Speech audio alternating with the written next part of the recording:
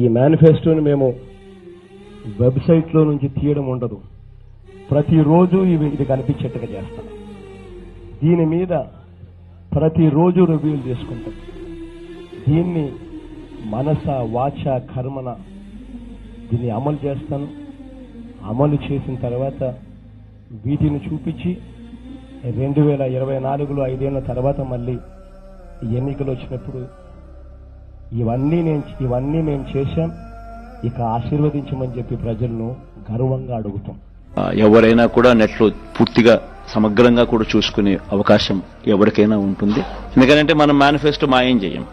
మన మేనిఫెస్టో ఎప్పుడు కూడా అవైలబుల్ గా ఉంటుంది. ప్రతి ఇంట్లోనూ అవైలబుల్ గా ఉండాలని తాపత్రయపడతా, ప్రతి గవర్నమెంట్ ఆఫీస్లోనూ ఉండాలని తాపత్రయపడతా, నెట్లో ఎప్పటికీ కూడా అవైలబుల్ గా ఉండాలని ఆరాటపడతా.